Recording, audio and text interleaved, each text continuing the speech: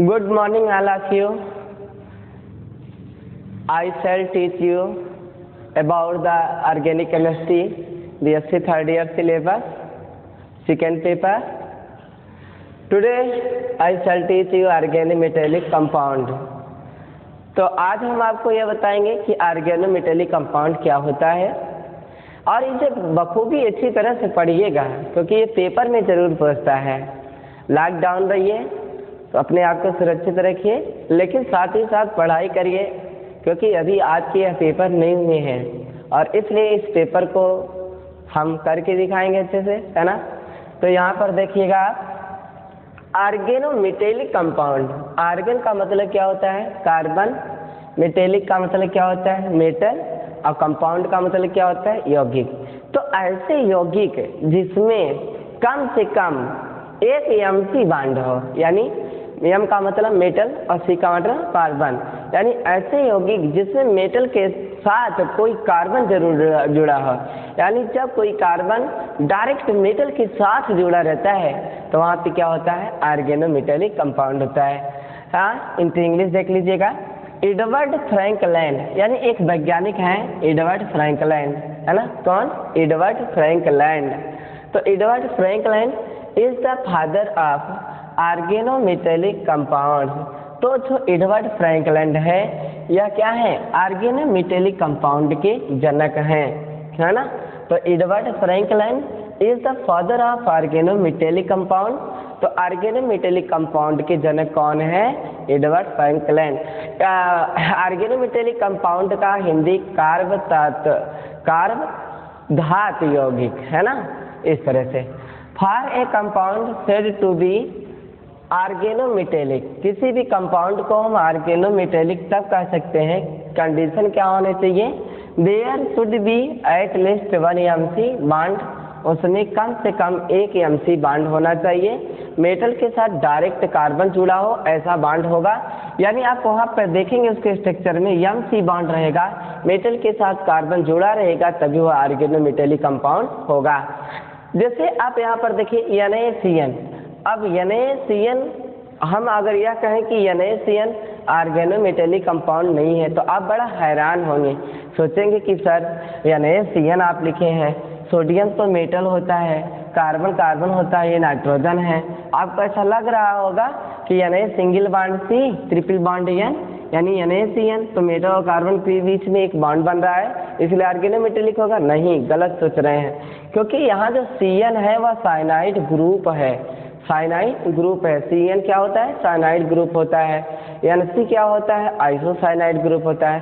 तो यहाँ CN carbon नहीं है, यह एक फंक्शनल ग्रुप है, एक क्रियात्मक समूह है, इसलिए आप इसे कतई ऑर्गेनोमेटेलिक कंपाउंड ना समझिए, बल्कि यहाँ सोडियम के साथ साथ CN लगा हुआ है, यानी यह Na सिंगल बॉन्ड CN है, यानी यह जो CN है यह एक फंक्शनल ग्रुप है, क्रियात्मक समूह है, न कि कार्बन है। इसलिए हम यह कहेंगे कि जो NaCN है यह ऑर्गेनोमेटेलिक कंपाउंड नहीं है, बल्कि यह ऑर्गेनोमेटेलिक कंपाउंड का एक्सेप्शन है, अपवाद है। तो हमारे पास कुछ ऐसे कंपाउंड मिलते हैं जो ऑलरेडी देखने में तो ऐसा लगते हैं कि वह मेटल के साथ मेटल और कार्बन के बीच में बॉन्ड बन रहा है, यानी ऐसा लगता है कि कार्बन डायरेक्ट मेटल से जुड़ा हुआ है जैसे NaCN, लेकिन नहीं, वह एक क्रियात्मक समूह वहाँ पे रहता है, वह कार्बन नहीं होता। जैसे साइनाइड अगर आप ले लेंगे तो कार्बन नाइट्रोजन मिल करके एक साइनाइड ग्रुप बन रहा है, न कि वो कार्बन रह गया। तो इसलिए यहाँ पर NaCN जो है वह एक अपवाद हो गया ऑर्गेनोमेटेलिक कंपाउंड का। लेकिन यहाँ देखिए विल्किंसन कैटालिस्ट बहुत ही पॉपुलर कैटालिस्ट होता है। कैटालिस्ट किसे कहते हैं आप अच्छी तरह जानते हैं? जो रासायनिक अभिक्रिया की दर को बढ़ा दे या फिर घटा दे, उसे क्या कहते हैं? कैटालिस्ट कहते हैं। यानी catalyst are those which are increase the rate of reaction or decrease the rate of reaction. जो अभिक्रिया की दर को बढ़ा दे या फिर घटा दे उसे क्या कहते हैं? कैटालिस्ट कहते हैं। उसके इस प्रोसेस को घटाने और बढ़ाने की प्रक्रिया को कैटालिसिस कहते हैं, वो तो प्रेरण कहते हैं। ये तरीका होता है। जैसे देखिए, आप देखते होंगे कि हमारे समाज में कुछ लोग ऐसे होते हैं जो किसी झगड़े को दबा देते हैं और वहाँ पर आसानी के साथ दो पक्षों को अलग कर देते हैं और झगड़ा समाप्त हो जाता है। लेकिन कुछ लोग क्या करते हैं कि झगड़े को बढ़ा देते हैं और अपने आप को उसमें इन्वॉल्व नहीं करते हैं और आपको लगेगा कि ये बहुत ही अच्छे इंसान है। तो यह तरीका रहा कि वह रिएक्शन में इन्वॉल्व नहीं होगा। जो कैटालिस्ट होगा वह खुद को अपने आप खुल करके नहीं आएगा और वह अभिक्रिया के दर को बढ़ा देगा और घटा भी देगा।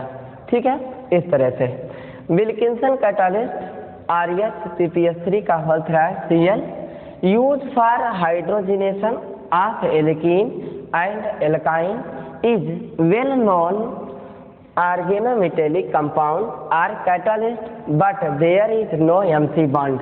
अब देखिएगा, एक विल्किंसन कैटालिस्ट है RsPPS3 का होल Cl, यहाँ पे M और C के बीच में कोई बॉन्ड नहीं है, लेकिन इसके बावजूद भी यह क्या है, ऑर्गेनोमेटेलिक कंपाउंड है। मैंने आपको दो तरीका बताया। देखिए, कुछ ऐसे भी कंपाउंड हमने आपको बताए जो MC बॉन्ड थे, लग रहा था कि MC बॉन्ड है लेकिन वह ऑर्गेनोमेटेलिक कंपाउंड नहीं है, एक्सेप्शन हो गए। लेकिन कुछ ऐसे भी हैं जो आपको लगेंगे कि MC बॉन्ड है ना। जैसे देखिए, RsPPS3 का होल तो RH रहोडियम है। रहोडियम क्या है, मेटल है। P क्या है, फास्फोरस है, यह भी एक प्रकार का मेटल है। अब यहाँ पर देखिएगा, यहाँ पे फास्फोरस भी मेटल है, रहोडियम भी मेटल है और यहाँ पे फेरी लगा दीजिए PH, है ना, 3 PH लगा दीजिए, क्योंकि आप जो फार्मूला लिख रहे हैं उसमें यह लिख रहे हैं कि RsPPS3 का होल यानी PPS3 एक P से 3 PH लगा रहेगा, फेरी लगा रहेगा, उसकी सेट कितनी होगी, 3 होगी, तो यह बता रहे हैं। तो अब एक तो हो गया, ठीक है, और फिर एक मैंने लगा दिया, तो P लगा दिया और फिर क्या लगा दिया भाई, PH, और फिर क्या लगा दिया, PH का मतलब फेनिल C6H5। मैं लिख नहीं रहा हूँ इस चीज़ को, तो आप इस चीज़ को समझिएगा। तो यहाँ पे क्या हो गया, PH हो गया, यहाँ भी क्या हो गया, PH, और यहाँ भी क्या हो गया, PH। तो आप कहते हैं ना RsPPS3 का होल तो कितनी बार सेट हो गया, 3 बार, ठीक है। और फिर आपने क्या लिखा हुआ है, Cl लिखा हुआ है। तो RsPPS3 का होल Cl यह एक प्रकार का क्लस्टर है। क्या है ये, क्लस्टर है। तो ऑर्गेनोमेटेलिक कंपाउंड जो होते हैं यह एक प्रकार के क्लस्टर हुआ करते हैं, गुच्छा हुआ करते हैं। अब आप इस केस में देखिए, रहोडियम क्या है, यह तो मेटल है, कन्फर्म है कि रहोडियम मेटल है, ट्रांजिशन एलिमेंट है, ठीक है। फास्फोरस भी मेटल होता है। अब देखिए, यहाँ पे एक मेटल दूसरे मेटल से डायरेक्ट टच हुआ है, ठीक है, लेकिन यहाँ C6H5 जो है फेनिल, यह ऑर्गेनिक एरोमेटिक कंपाउंड है और वह डायरेक्ट मेटल से टच है, लेकिन जो मेन हमारा मेटल है उससे टच नहीं। लेकिन अगर हम MC बॉन्ड की बात करें तो ऑलरेडी इसमें बहुत सारे MC बॉन्ड है, ये भी MC बॉन्ड है, ये भी MC बॉन्ड, ये भी MC बॉन्ड, ये भी, है ना, बहुत सारी MC बॉन्ड है, बट यह ऑर्गेनोमेटेलिक कंपाउंड नहीं है। यानी हम आपको दोनों तरीका बता दिए कि आप देख सकते हैं कि कुछ लोग हमारे पास होते हैं कि जो देखने में तो ऐसे लग रहे हैं कि इनमें MC बॉन्ड मौजूद है, बट उसमें MC बॉन्ड नहीं है। और कुछ लोग ऐसे भी हैं जिनमें MC बॉन्ड दिख रहा है, बट वह ऑर्गेनोमेटेलिक कंपाउंड नहीं है। जैसे NaCN की बात करें हमने, तो NaCN में क्या हुआ, ऐसा लग रहा था कि NaCN में मेटल और कार्बन के बीच में क्या होता है, बॉन्ड होता है, लेकिन बॉन्ड था क्या, नहीं था, क्योंकि वो CN एक ग्रुप था ना, तो CN ग्रुप हो गया, तो इसलिए यहाँ पे हम MC बॉन्ड नहीं कर सकते हैं। तो यह क्या हो गया, ऑर्गेनोमेटेलिक कंपाउंड नहीं है। लेकिन विल्किंसन कैटालिस्ट को जरा देखिए यार, बहुत सारी MC बॉन्ड है ना, क्या है, बहुत सारी MC बॉन्ड है, लेकिन यह भी organometallic compound, there is no MC bond, there is no MC bond. यहाँ MC बॉन्ड लग रहा है कि नहीं, लेकिन बट डायरेक्ट जो MC बॉन्ड होता है यह MC बॉन्ड नहीं है, यानी इसमें MC बॉन्ड नहीं है, तभी यह क्या, ऑर्गेनोमेटेलिक कंपाउंड है। तो कुछ लोग मेरे पास ऐसे होते हैं जिसमें MC बॉन्ड नहीं होता है, फिर भी ये क्या होते हैं, ऑर्गेनोमेटेलिक कंपाउंड होते हैं। ड्यूरिंग, यहाँ पे लिखा हुआ है, विल्किंसन कैटालिस्ट RsPPS3 का whole Cl use for hydrogenation of alkene and alkyne is well known organometallic compound or catalyst but there is no MC bond. यानी RsPPS3 का होल Cl जो है यह एक प्रकार का ऑर्गेनोमेटेलिक कंपाउंड नहीं है, जबकि इसमें एमसी बॉन्ड पाया जा रहा, जबकि ऑर्गेनोमेटेलिक कंपाउंड है जबकि इसमें एमसी बॉन्ड नहीं पाया जा रहा है। और यह एक इतना अच्छा कैटालिस्ट है कि यह हाइड्रोजिनेशन के काम में आता है, यानी एल्कीन को एल्काइन में कर देता है। एल्कीन को किस में कर देता है? एल्काइन में कर देता है, या एल्कीन या एल्काइन के साथ एल्कीन बना देता है। हाइड्रोजिनेशन का मतलब होता है हाइड्रोजन का जोड़ना। जब कोई शब्द केमिस्ट्री में जीनेशन आ जाए तो जीनेशन का मतलब हो जाता है जोड़ना। अगर हाइड्रोजन जुड़ रहा है तो उस रिएक्शन का नाम हाइड्रोजिनेशन हो जाएगा। क्लोरीन जुड़ रहा है तो उस रिएक्शन का नाम क्लोरोजिनेशन हो जाएगा। ब्रोमीन जुड़ रहा है तो ब्रोमोजिनेशन हो जाएगा। तो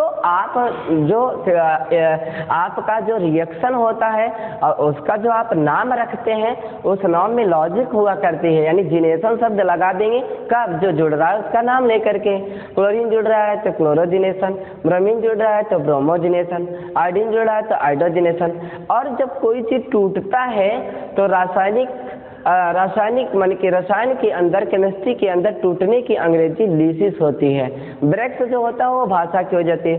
तो अगर हाइड्रोलिसिस वाटर के द्वारा टूट रहा है तो हाइड्रोलिसिस हो जाएगा, क्लोरीन के द्वारा टूट रहा है तो क्लोरोलिसिस हो जाएगा, ब्रोमीन के द्वारा टूट रहा है तो ब्रोमोलिसिस हो जाएगा। तो ये क्राइटेरिया होता है रिएक्शन के नाम रखने का।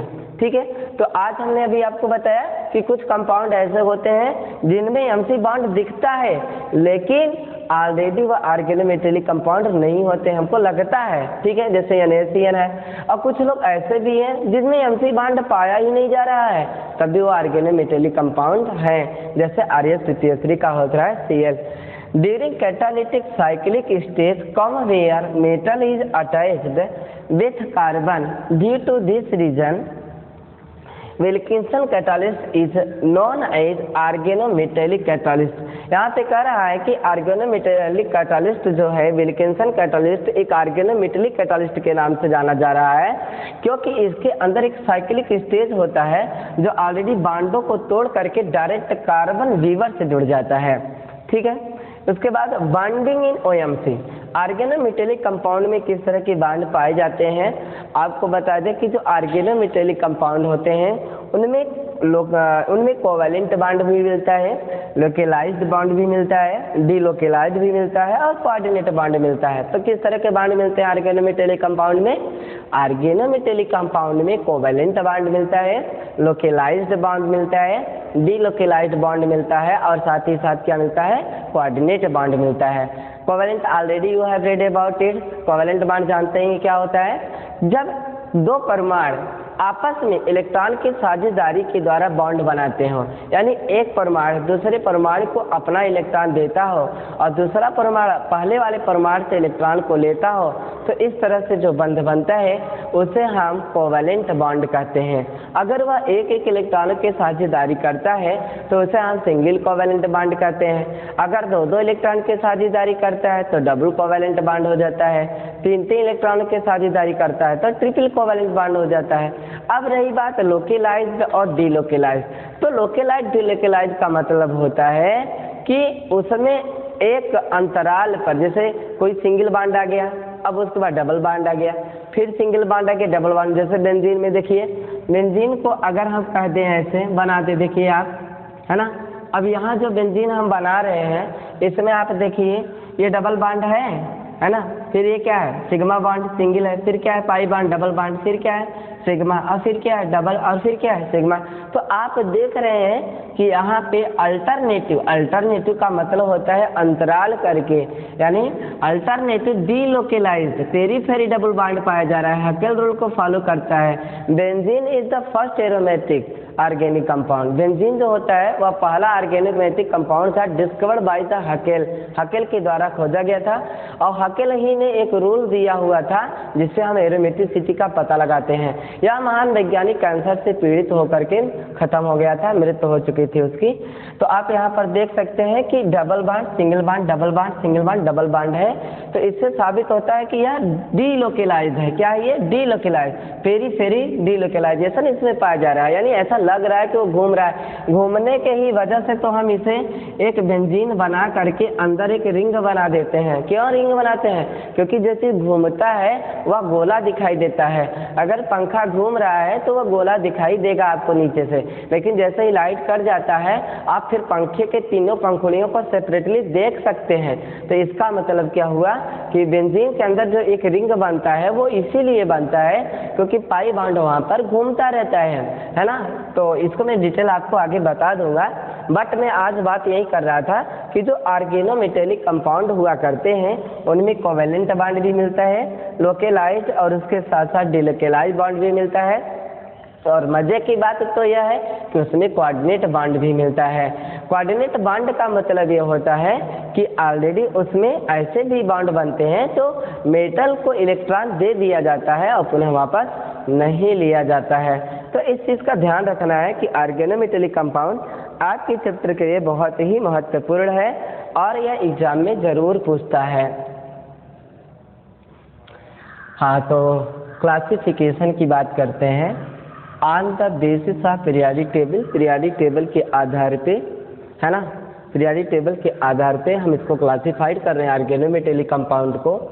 पहला है मेन ग्रुप ऑर्गेनोमेटेलिक कंपाउंड, यानी मेन ग्रुप क्या होता है, जैसे आपका एस और पी ब्लॉक के जो एलिमेंट हुआ करते हैं वो मेन ग्रुप के होते हैं, पी ब्लॉक के अक्सर जनरली होते हैं।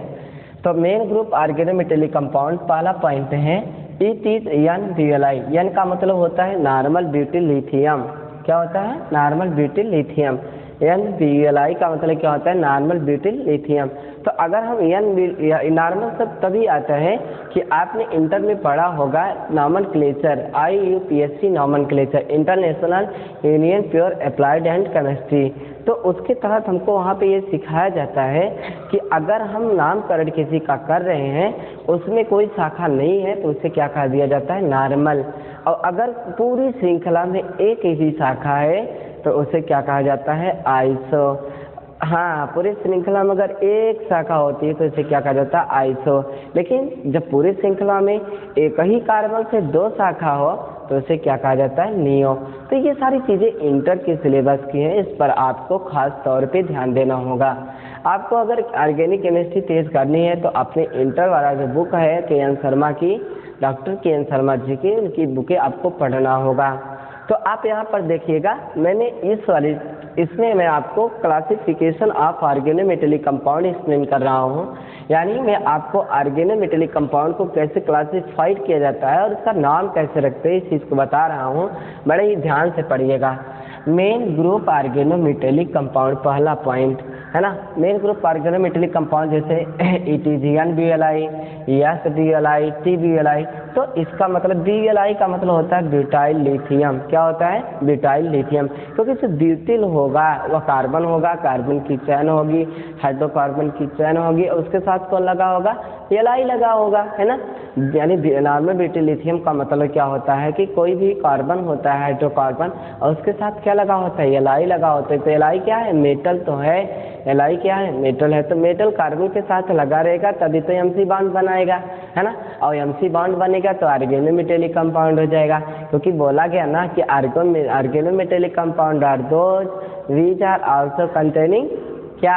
Eight least 1 MC bond. उनके अंदर क्या होना चाहिए? 1 MC बॉन्ड होने चाहिए। तो इस आधार पे Li क्या है? Li S ब्लॉक का एलिमेंट है। तो हमने आपसे बताया ना कि जो S ब्लॉक के एलिमेंट होते हैं या P ब्लॉक के होते हैं वो क्या कहलाते हैं? मेन ग्रुप, है ना। Main group organometallic, main group element होते हैं तो उनके साथ कार्बन अगर लग जाए तो क्या होगा? मेन ग्रुप ऑर्गेनोमेटेलिक कंपाउंड कहलाते हैं। वैसे ऑर्गेनोमेटेलिक कंपाउंड को देखा जाए तो यह इनऑर्गेनिक के साथ साथ ऑर्गेनिक दोनों की मिक्सिंग कंपाउंड हुआ करती है ना। यानी जब किसी एलिमेंट कार्बनिक रूप में आता है तो वह ऑर्गेनोमेटेलिक कंपाउंड बना देता है। जैसे NBli, तो BLi ब्यूटिल लिथियम है। N का मतलब ये हुआ नॉर्मल। नॉर्मल का मतलब ब्यूटिल लिथियम के बीच में कहीं भी किसी भी प्रकार की शाखा नहीं है। उसके बाद देता है SBli। S का मतलब क्या होता है? Secondary butyl lithium. क्या होता है? Secondary butyl lithium. देखिए, प्राइमरी नॉर्मल तो नॉर्मल का मतलब होता है कि कोई शाखा ना हो, ठीक है।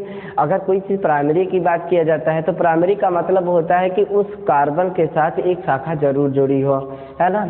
और उसके बाद सेकेंडरी ब्यूटिल लिथियम का मतलब ये हुआ कि ऑलरेडी जो लिथियम कार्बन से जुड़ा होगा तो वह कार्बन के पास 2 एल्काइल ग्रुप जरूर होंगे, तो यह सेकेंडरी ब्यूटाइलिथियम होगा। टर्शियरी ब्यूटाइलिथियम का मतलब होता है कि लिथियम जो लिथियम है वो जिस कार्बन से टच है वह कार्बन किन्हीं 3 एल्काइल ग्रुपों से टच हुआ है, Al3 ये हो गया आपका। अब उसके बाद आता है दूसरा point, transition metal organo metallic compound. तो ट्रांजिशन आप जानते हैं कि हम पीरियोडिक टेबल को ऑलरेडी 4 ब्लॉकों में बांटे हैं, SPDF, और मैंने आपको पिछली वाली क्लास में यह बताया भी था कि हमारे पास जो उपकोष हुआ करते हैं वो भी 4 हुआ करते हैं, जिन्हें हम SPDF कहते हैं, यानी शार्प, प्रिंसिपल, डिफ्यूज, फंडामेंटल कहते हैं। और वहाँ पे मैंने आपको यह भी बताया था कि S का आकार स्फेरिकल होता है, P का डंबल जैसा होता है और D का डबल डंबल जैसा होता है, और F ऑर्बिटल का आज तक पता नहीं चला है। उसी तरीके से मेंडलीफ ने भी आवर्त सारणी को 4 भागों में बांटा है, SPDF। तो S ब्लॉक को एल्कली मेटल एटम और एल्कलाइन अर्थ मेटल एटम कहते हैं, फर्स्ट ग्रुप, सेकेंडरी ग्रुप, है ना, जिन्हें हम क्या कहते हैं, hydrogen, lithium, sodium, potassium, rubidium, caesium, francium, है ना, ये सारी चीजें होती हैं।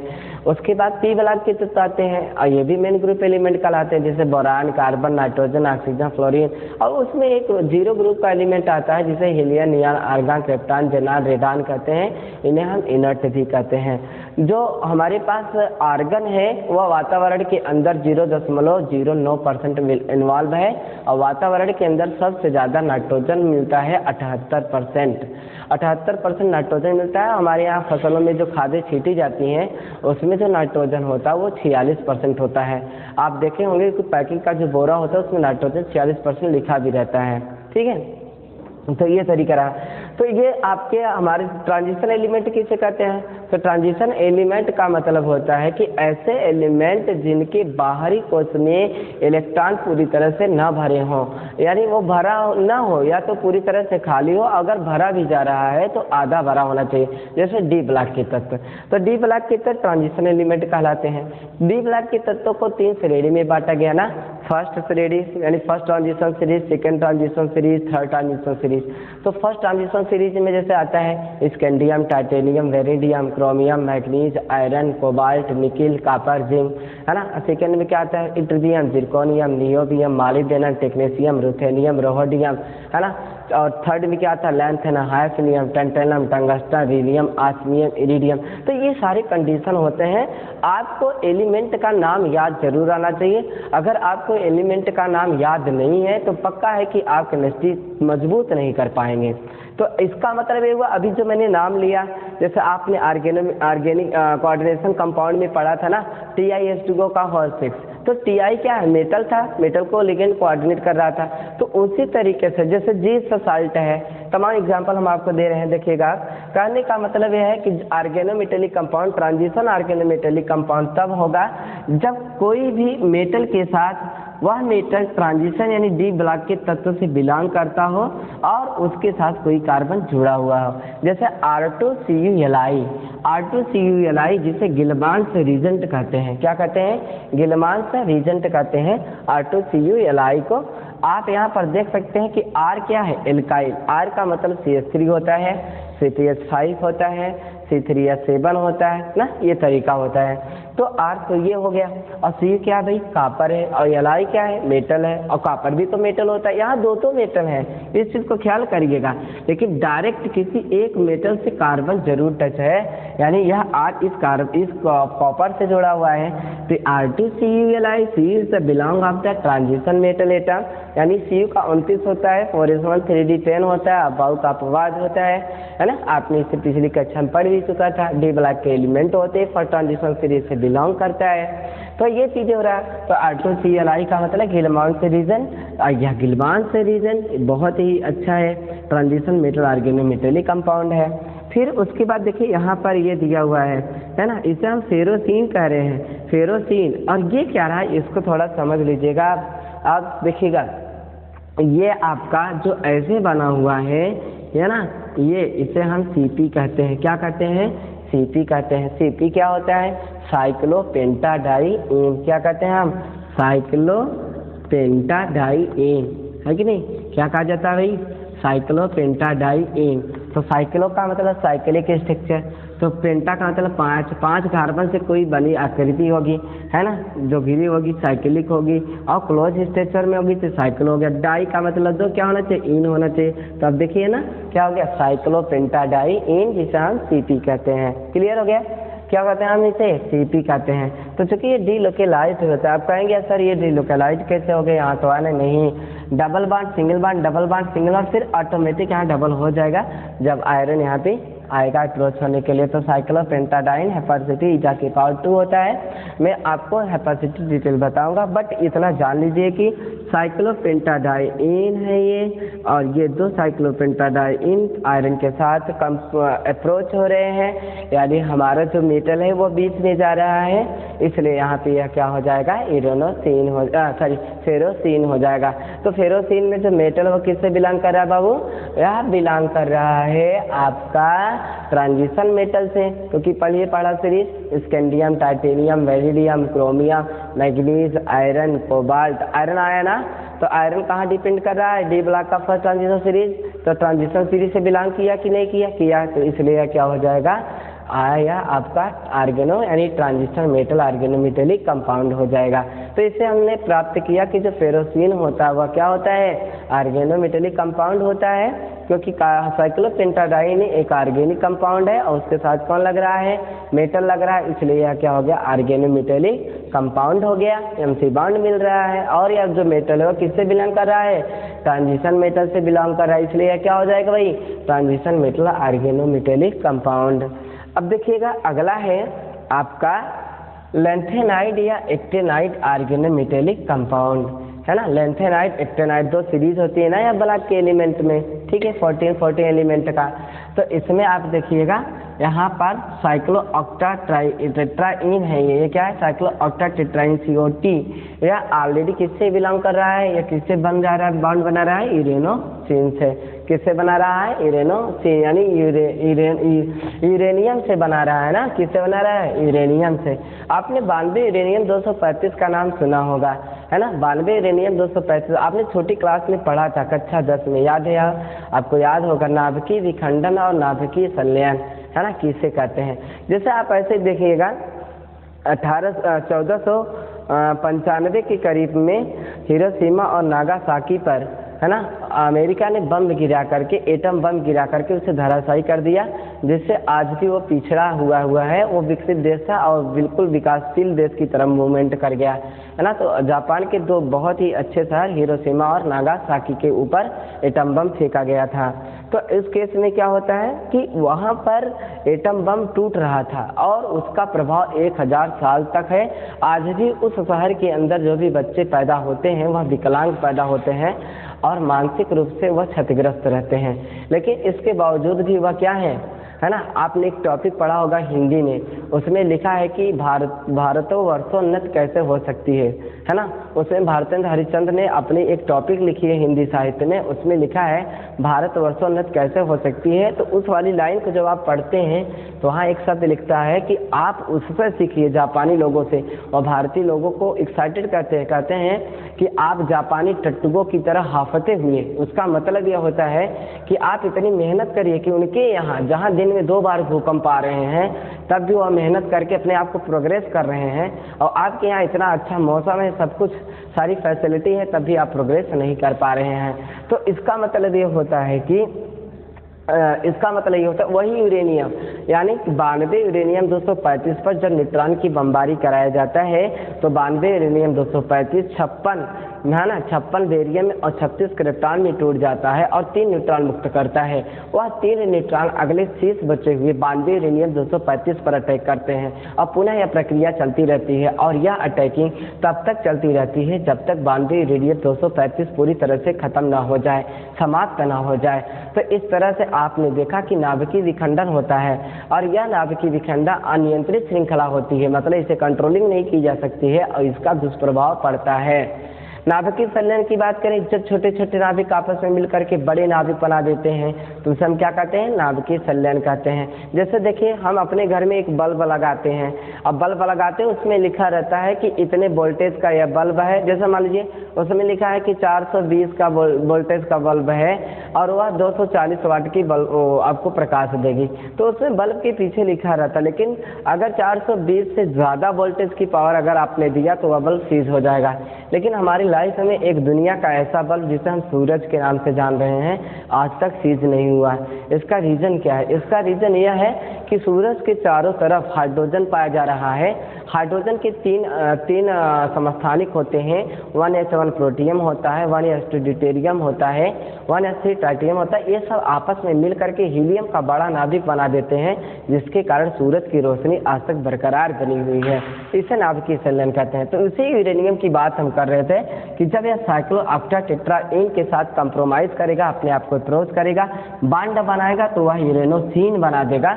और यह यूरेनोसिन यानी यह कार्बनिक है और यह अकार्बनिक है, यानी मेटल और लिगेंड, मेटल और कार्बन के बीच में बांड बन रहा है, एनसी बांड बन रहा है। तो इस प्रकार से यह लैंथेनाइड या एक्टिनाइड ऑर्गेनोमेटेलिक कंपाउंड कहलाएगा।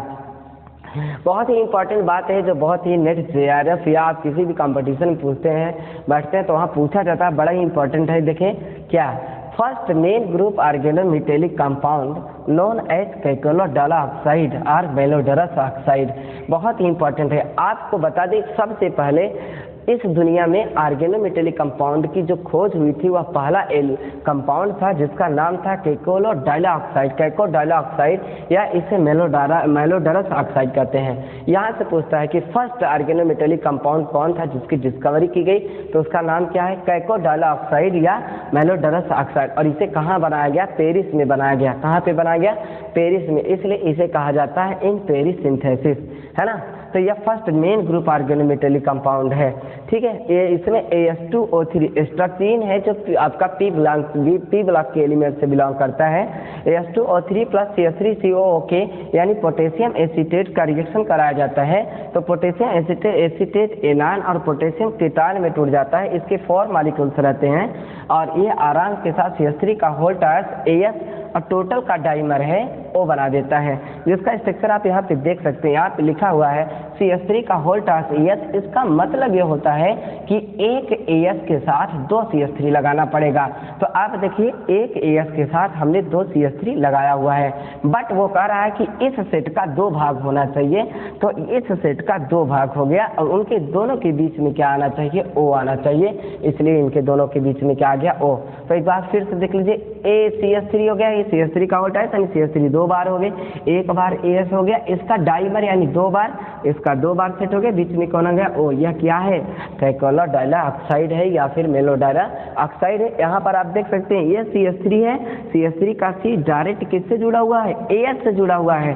तो A क्या है, A मेटल है और C का है कार्बन, तो MC बांड मिला, जिसे CM नहीं कहेंगे, MC बांड कहेंगे, इसलिए यह क्या होगा, OMC यानी दैट इज ऑर्गेनोमेटेलिक कंपाउंड।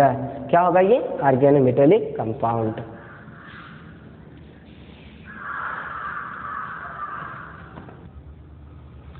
अब आप यहाँ पर देखिएगा जैसे जीस साल्ट है, ठीक है, क्या है, जीस साल्ट। तो जीस साल्ट में आप देख सकते हैं कि it is the first transition organometallic compound. यह पहला ऑर्गेनोमेटेलिक कंपाउंड था। जैसे मैंने अभी आपको बताया था कि आपका जो ये main group organometallic compound first कौन था, कैल्कुलो ऑक्साइड, है ना, CH3 का होल टायर्स ASO था। उसी तरीके से फर्स्ट ट्रांजिशन सीरीज में फर्स्ट ट्रांजिशन ऑर्गेनोमेटेलिक कंपाउंड क्या था, जीस साल्ट। आप याद रखिएगा कि जो जीस साल्ट होता है वह फर्स्ट ट्रांजिशन ऑर्गेनोमेटेलिक कंपाउंड हुआ करता है। जीस साल्ट क्या होता है, फर्स्ट ट्रांजिशन ऑर्गेनोमेटेलिक कंपाउंड। तो इसे क्या लिखते हैं, CtCl3 CtH4, है ना। ये तो यहाँ पर आप देखिएगा जैसे ये Cl है, सिंगल बॉन्ड Pt है, फिर सिंगल बॉन्ड Cl, फिर सिंगल है, तो ये क्या हो जाएगा, PtCl3 और ये क्या हो जाएगा, ईटा की पावर 2 इथाइलिन हो जाएगा, है ना। तो PtCl4 होता है, वहाँ पर एक इथाइलिन अटैक कर जाता है ना। यहाँ पे देखिए मैं आपको दिखाया हुआ है कि PtCl3 CtH4 plus CH2O plus KCl ना, क्या हो गया भाई, के हो गया, CTCl3 हो गया, CTH4 plus H2 plus KCl हो गया। तो कैसे हुआ? अभी यहाँ पर आप देखते हैं कि एक बना था कैसे, यही तो था जीसस साल्ट, है ना। कैसे बना है? K2PtCl4 यानी डाई पोटेशियम टेट्राक्लोराइड। क्या हुआ भाई? Di potassium tetrachloride. तो डाई पोटेशियम टेट्राक्लोराइड को हमने लिया और उसे इथिल एल्कोहल से रिएक्शन करा दिया। फिर से सुन लीजिएगा, हमने डाई पोटेशियम टेट्राक्लोराइड को ले करके इथेनॉल से, ETOH का मतलब क्या होता है? इथेनॉल होता है ना। तो एक बार आप फिर से समझ लीजिएगा, हमने क्या कहा कि डाई पोटेशियम टेट्राक्लोराइड को हमने लिया और उससे किससे रिएक्शन कराया भाई? इथेनॉल से रिएक्शन कराया, है ना। तो वो क्या बना दिया? CTCl3 CTH4 बना दिया प्लस H2O और प्लस KCl बना दिया, है ना। तो यहाँ पर आप देख सकते हैं कि यहाँ पे पेटी जो है, अगर मैंने इसका स्ट्रक्चर बनाया तो पेटी हो गया, ये आपका single bond CL, single bond CL, single bond CL हो गया। लेकिन ये जो इथाइलिन था वह इनको यहाँ पे आ गया, एक CL को रिमूव कर दिया, ठीक है। तो ऑलरेडी यहाँ पे आ गया ईटा की पावर 2 हेपासिटी देने लगा। तो PT क्या है भाई? PT एक प्रकार का मेटल है। क्या है वो? मेटल है। और कैसा मेटल है? ट्रांजिशन मेटल है। और यह डायरेक्ट किससे जुड़ रहा है? कार्बन से। तो MC बॉन्ड मिला कि नहीं मिला? मिल गया। तो यहाँ पर एक MC बॉन्ड मिल रहा है, इसलिए यह क्या हो गया? आर्गेनोमेटेलिक कंपाउंड हो गया। यह क्या हो गया? आर्गेनोमेटेलिक कंपाउंड हो गया। और किस प्रकार का आर्गेनोमेटेलिक कंपाउंड हो गया? ट्रांजिशन आर्गेनोमेटेलिक कंपाउंड हो गया। या किस प्रकार का आर्गेनोमेटेलिक कंपाउंड हो गया? ट्रांजिशन आर्गेनोमेटेलिक कंपाउंड हो गया, क्योंकि इसके ऊपर एक माइनस आ गया और K हट गया तो प्लस आ गया। तो इस तरह से ये बन गया, है ना। देखिए, अब इसमें हमको प्लेटिनम की ऑक्सीडेशन नंबर निकालनी हो तो हमें इनऑर्गेनिक वाला रूल नहीं लगाना होगा कि उसके तहत नहीं, बल्कि हमको इसका ऑक्सीडेशन नंबर निकालने के लिए एक फार्मूला यूज करना होगा। वह होगा C बराबर M प्लस L। क्या होगा? C बराबर M प्लस L, जहाँ पे C क्या है भाई? चार्ज है। C बराबर क्या हो गया? M प्लस C क्या होता है? चार्ज होता है। M क्या होता है? मेटल होता है। और L क्या होता है? लिगेंड होता है। तो जो मेटल के साथ लिगेंड लगा रहेगा उसका हम कंट्रीब्यूशन देखेंगे। क्या देखेंगे? कंट्रीब्यूशन। एक पेज मैंने क्लास चलते समय आपको दिया हुआ था, वहाँ पे ऑक्सीडेशन नंबर निकालने के लिए 2 नियम लगाए थे हमने। एक मेटल एटम मेथड लगाया हुआ था और एक ऑक्सीडेशन मेथड, है ना, 80 इलेक्ट्रॉन रूल में। तो वहाँ पे एक लिस्ट मैंने आपको प्रोवाइड किया हुआ था। तो यहाँ पर आप देख सकते हैं C=M प्लस L है, जहाँ पे C क्या है? चार्ज है, M क्या है? मेटल है, L क्या है? लिगेंड है। तो किसकी ऑक्सीडेशन नंबर निकालनी है भाई? मेटल की निकालनी है। तो आपको देखना होगा कि पूरे कॉम्प्लेक्स पर कोई चार्ज तो नहीं है, पूरे ऑर्गेनिक मेटेलिक कंपाउंड पे कोई चार्ज नहीं है। अगर चार्ज है तो कितना है वो यहाँ पर लिखा जाएगा। M क्या है? ऑक्सीडेशन नंबर निकालना है। L क्या है? लिगेंड। तो लिगेंड का फॉर्मल चार्ज आपको ऑलरेडी रिमेंबर रहना चाहिए, लर्न रहना चाहिए। तो अब यहाँ पर जैसे देखिए PT है, Cl है, Cl है, Cl है और ये CH2 डबल बॉन्ड CH2 है। तो इसके ऊपर कितने माइनस आ गए? 1 माइनस 1। तो इसका मतलब चार्ज कितना हो गया? -1।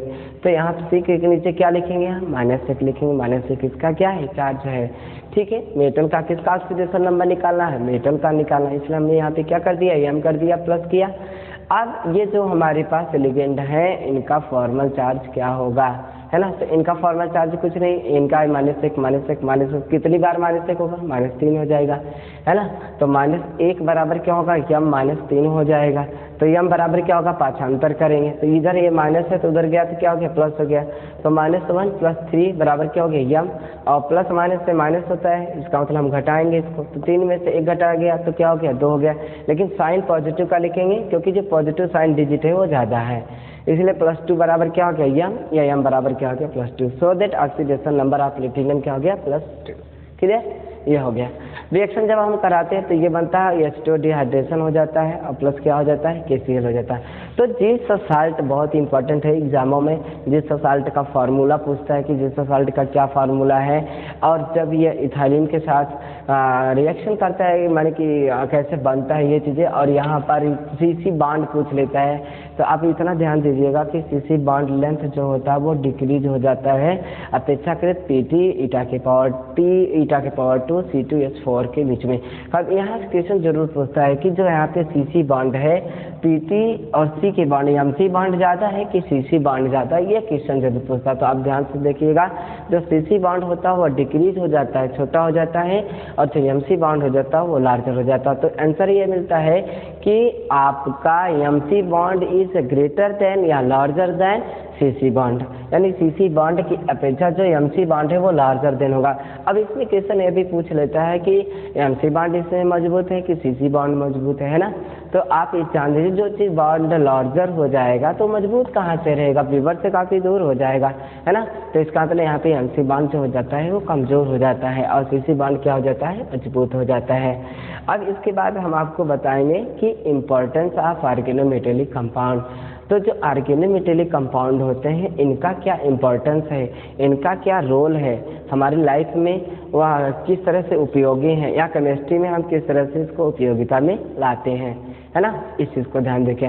महत्व क्या है ऑर्गेनोमेटेलिक कंपाउंड का, तो हमने आपको यहाँ पे लिखा हुआ है कि ऑर्गेनोमेटेलिक कंपाउंड का दो तरह से महत्व होता है, ऐसे रिजेंट और कैटालिस्ट की, यानी वह रिजेंट के रूप में और कैटालिस्ट के रूप में इनका महत्व हुआ करता है। फिर से सुन लीजिएगा, ऑर्गेनोमेटेलिक कंपाउंड का जो मोस्ट इम्पोर्टेंस होता है ना, वो क्या होता है।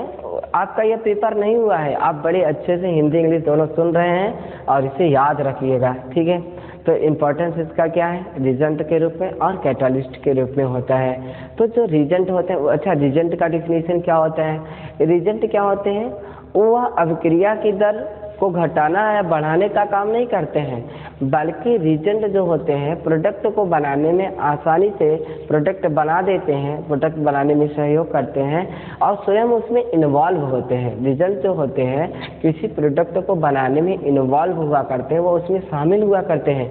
ऐसा नहीं कि अभिक्रिया की दर को घटा दिए, बढ़ा दिए और अपने आप को खुद परोक्ष रूप से रखा है, ऐसा कुछ नहीं होता है, बल्कि यह खुद उसमें अपने आप को इन्वॉल्व रखते हैं और प्रोडक्ट को जल्दी से तेजी के साथ बनाते हैं।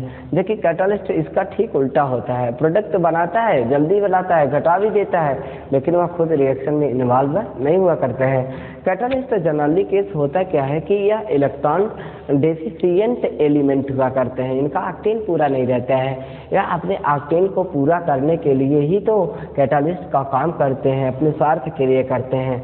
जैसे आप देखते हैं, अभी मैंने आपको जो पढ़ा रहा था क्लासिफिकेशन, है ना, मैंने आपको क्लासिफिकेशन में क्या बताया, मेन ग्रुप ऑर्गेनोमेटेलिक कंपाउंड बताया, है ना। फिर उसके बाद क्या होता है, ट्रांजिशन ऑर्गेनोमेटेलिक कंपाउंड बताया, फिर उसके बाद लेंथेनाइड एक्टिनाइड ऑर्गेनोमेटेलिक कंपाउंड बताया। तो इस केस में आपने जैसे मेन ग्रुप ऑर्गेनोमेटेलिक कंपाउंड में पढ़ा NBLI, SBLI, TBLI, है ना। फिर और साथ ही साथ आपने पढ़ा ALT3, ये सारी चीज़ें आपने पढ़ा हुआ है। तो इसका मतलब क्या होता है कि इस चीज़ को ध्यान रखिएगा। जैसा आपको लिखा हुआ है NBLI, तो NBLI क्या है, नॉर्मल ब्यूटिल लिथियम, यह एक रिजेंट का काम करेगा, है ना। करता कैसे है ये मैं आपको दिखा रहा हूँ। जैसे NBLI मैंने ले लिया, ये नॉर्मल ब्यूटिल लिथियम, इसमें कोई शाखा नहीं है, CH3 CH2 CH2 CH2 Li, normal butyl lithium मैंने लिया हुआ, आप इस चीज़ को ध्यान रखिएगा। तो इस नॉर्मल ब्यूटिल लिथियम के अंतर्गत आप देख रहे हैं कि 4 कार्बन हैं, और 4 कार्बन का हाइड्रोकार्बन क्या होता है, ब्यूटेन होता है, लेकिन उसके एक H को हटा करके क्या लग गया है, Li लग गया है। क्या लग गया है, Li लग गया है। तो आप यहाँ पर यह देख सकते हैं कि जैसे मैंने एक H को, अगर मैं इसको तोड़ूंगा तो यहाँ पे ये माइनस टूटेगा और ये क्या टूटेगा, प्लस। हाँ, एक चीज़ और ध्यान लीजिएगा, जब MC बॉन्ड बना करता है, जब ऑर्गेनोमेटेलिक कंपाउंड में मेटल और कार्बन के बीच में बॉन्ड बना करता है, उस केस में जो मेटल होता है वह पॉजिटिव होता है और कार्बन क्या होता है, निगेटिव, यानी कार्बन कार्बोनियम न होकर के कार्बाइड हुआ करता है। आप इस चीज़ को ध्यान दीजिएगा, मेटल ऑलवेज पॉजिटिव, मेटल कभी निगेटिव नहीं हो सकता है, हमेशा पॉजिटिव होता है। धातुएं हमेशा धनात्मक होती हैं, धातुओं में चमक होती है, धातुएं ठोस होती हैं, दो धातुओं को टकराने पर आवाज़ आती है, और सबसे बड़ा लक्षण धातु का यह होता है कि उसमें विद्युत का प्रवाह होता है। कोई भी धातु आप ले लीजिए, चाहे लोहा ले लीजिए, चाहे चांदी ले लीजिए, चाहे तांबा ले लीजिए, चाहे आप सोना ले लीजिए, सारी चीज़ें क्या हैं, यह सभी धातु हैं, क्योंकि इसमें विद्युत का प्रवाह होता है। और सबसे ज़्यादा विद्युत का प्रवाह हमारे हिसाब से जो होता है सबसे ज़्यादा विद्युत धारा जो प्रवाहित होती है वह सोने में होती है, लेकिन हमारी भारतीय गवर्नमेंट अगर सोने की तार खिंचवा दे खंभे में तो हमें नहीं लगता कि कोई भारतीय नागरिक बचेगा, इसलिए क्योंकि भले जान चली जाएगी लेकिन वो तार जरूर लेकर के चले आएंगे। इसीलिए कह रहे हैं कि ऑलरेडी होता क्या है कि जो मेटल होता है वो ठोस हुआ करता है, और जो ठोस होता है और साथ ही साथ इसमें चमक भी पाई जाती है। यह नार्मल वेटेड लिथियम हो गया। अब इस केस में देखिए रिजेंट के रूप में कैसे बिहेवियर कर रहे हैं हम आपको दिखा दें। मैंने ये रिएक्शन लिया हुआ है और इसका स्केलेटन स्ट्रक्चर लिया हुआ है ठीक है, 1 2 3 4 एंड 5 प्रोपेन ही मान करके चले, और यहाँ पे यह लिखा हुआ है ठीक। हर एक मोड़ पर कार्बन होता है, इस चीज़ को ख्याल रखिएगा, और जैसे जैसे उस मोड़ पर बॉन्ड आएंगे हाइड्रोजन की संख्या कम होती चली जाती है। तो ये तरीका आपका रहा, ये आपका मैंने ये बनाया हुआ है, और जैसे ही मैंने ये बनाया आप यहाँ पे इस चीज़ को रखिएगा, NBLI हो गया। अब इस NBLI में देखिएगा आप कि आराम के साथ NBLI में यच हट जाएगा, रिमूव हो जाएगा, और उसकी जगह पे क्या आ जाएगा, LI आ जाएगा। ठीक है, क्या हट जाएगा भाई, यानी कि यह LI यहाँ चला आएगा और यह यच कहाँ चला आएगा, ये। तो जहाँ पे नॉर्मल लिथियम था वहाँ पे क्या हो गया, नॉर्मल ब्यूटेन। क्या हो गया, नॉर्मल ब्यूटेन, यानी यह पूर्णतः क्या बन गया, हाइड्रोकार्बन बन गया, या क्या हो गया, नॉर्मल ब्यूटेन हो गया, और इसकी जगह क्या आ गया, LI। तो LI यहाँ पे ऑर्गेनोमेटेलिक कंपाउंड का बिहेवियर कर रहा है। LI क्या कर रहा है, ऑर्गेनोमेटेलिक कंपाउंड का बिहेवियर कर रहा है, और LI हमेशा क्या रहेगा, पॉजिटिव रहेगा, और इसे हम इस तरह से भी लिख सकते हैं। एक रिएक्शन में आपको और दिखा रहा हूँ, उसी यही LI को अगर हम एल्किल हैलाइड से रिएक्शन करा दें, किससे करा दें हम, एल्किल हैलाइड से, RX का मतलब एल्किल हैलाइड से। अगर हम इसी का रिएक्शन किससे करा दें, एल्किल हैलाइड से करा दें, तो आप यहाँ पर देखेंगे कि LIX बन जाएगा। क्या बन जाएगा भाई, LIX बन जाएगा, और इस तरह से यहाँ पे R आ जाएगा, यानी LIX के साथ लग करके यहाँ पे क्या आ जाएगा, R आ जाएगा। और इसी LI को अगर हम एसीटोन से रिएक्शन करा दें, CH3 CO CH3, तो वीवर इस तरह से मुड़ेगा, और सीधा वीवर मुड़ेगा, तो यानी अटैकिंग कहाँ से आएगी भाई, अटैकिंग यहाँ से आएगी, यानी ये वीवर यहाँ पे जाएगा, और यहाँ से होने के बाद ये बना देगा आपका, इस तरह से माइनस हो जाएगा, और जैसे ही यहाँ पे H रिमूव होकर के, यानी इसे यह किस में बना देगा भाई, एल्कोहल में बना देगा। किस में बना देगा, एल्कोहल में। तो इस तरह से मैंने आपको दिखाया कि यहाँ पर यह किसका काम कर रहा है, रिजेंट का काम कर रहा है। यहाँ पर किसका काम कर रहा है, ये रिजेंट का काम कर रहा है। लेकिन H2PD है ना, लिंडलॉर्ड क्विनोलिन, यहाँ पर यह किसका काम कर रहा है, कैटालिस्ट का काम कर रहा है। क्यों, क्योंकि आगे जा करके रिएक्शन में खुद इन्वॉल्व नहीं हो रहा है। तो आपने देखा कि मेजर रूप से ऑर्गेनोमेटेलिक कंपाउंड जो हुआ करते हैं वो उनका जो महत्व हुआ करता है, एज ए रिजेंट हुआ करता है और एज ए कैटालिस्ट हुआ करता है। एज ए रिजेंट और एज ए कैटालिस्ट हुआ करता है। रिजेंट के रूप में वह अपने आप को खुद इन्वॉल्व कर देते हैं और प्रोडक्ट के रूप में आ जाते हैं। कैटालिस्ट के रूप में वह अपने आप को इन्वॉल्व नहीं करते हैं और स्वयं प्रोडक्ट को आगे बढ़ा देते हैं और अभिक्रिया की दर को तेज या कम कर देते हैं।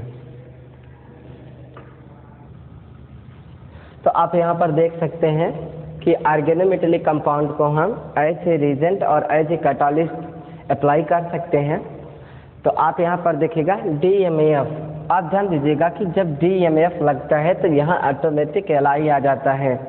इस चीज़ को जरूर ध्यान दीजिएगा कि जैसे ही DMAF लगाएंगे वहाँ पर LI जरूर आ जाएगा। ठीक है, तो आप देखिएगा इसमें क्या होता है, जब अक्सर जरूर पूछता है। अब यहाँ पर ये लिया तो यहाँ पर यच है, यहाँ पे क्या होगा, यच होगा।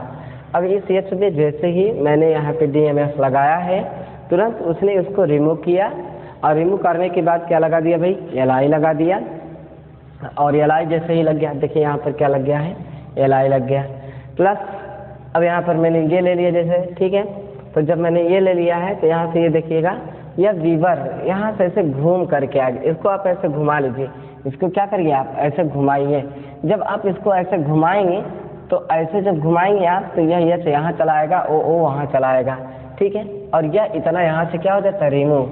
यहाँ से ये इतना क्या हो जा रहा है, रिमूव हो जा रहा है। तो ये इतना यहाँ पे रिमूव हो जाएगा और ये ऐसे घूम करके आएगा, LI इधर चला जाएगा। यानी ये कंडीशन ये चीज़ कहाँ चली जाएगी, अलग हो जाएगी।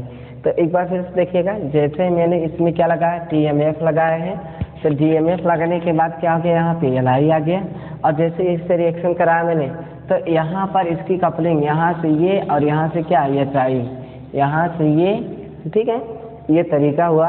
यानी मैं इसको घुमा रहा हूँ, आपका ये और ये, ठीक, ये आपस में मिल गए इस तरह से, तो ये कहाँ हो गया, अलग हो गया, और Li के साथ हो गया, और ये यहाँ पे कौन आ गया, ये आ गया, ठीक है। ये देखिए आपका एल्काइन है, यहाँ पे सोडियम लगा है और लिक्विड अमोनिया।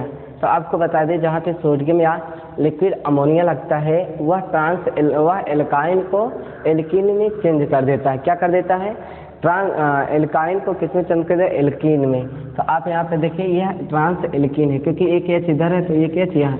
तो जब सेम ग्रुप अपोजिट डायरेक्शन में हो जाते हैं तो वह क्या बन जाता है, ट्रांसफॉर्म बन जाता है। और जब सेम ग्रुप सेम डायरेक्शन में होते हैं तो वहाँ पे क्या होता है, सिस का फॉर्म होता है। तो सिस और ट्रांसफॉर्म में अंतर होता है, सिस और ट्रांसफॉर्म में क्या होता है, अंतर होता है। तो यहाँ पे ट्रांस एल्कीन बना दिया, क्या बना दिया भाई, ट्रांस एल्कीन बना दिया।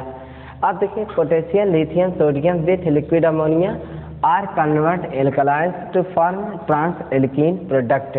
तो इस प्रकार से इस चीज़ को लर्न रखिएगा कि जो पोटेशियम होते हैं, लिथियम होते हैं और सोडियम होते हैं, यह लिक्विड अमोनिया के साथ किसी भी एल्केन को किस में चेंज कर देते हैं, ट्रांस एल्कीन में चेंज कर देते हैं। इस चीज़ को आप ध्यान दीजिएगा कि जहाँ भी सोडियम रहेगा, पोटेशियम रहेगा या फिर आपका लिथियम रहेगा और उसके साथ ऑलरेडी उसमें लिक्विड अमोनिया लगा रहे, तो यह लोग ट्रांस एल्केलिन को किस में बदल देते हैं, ट्रांस एल्कीन में बदल देते हैं। Lithium aluminium hydride do not convert alkyne to alkene. आप ये ध्यान दीजिएगा कि लिथियम एल्युमिनियम हाइड्राइड जो होता है यह एल्काइन को एल्कीन में चेंज नहीं करता है।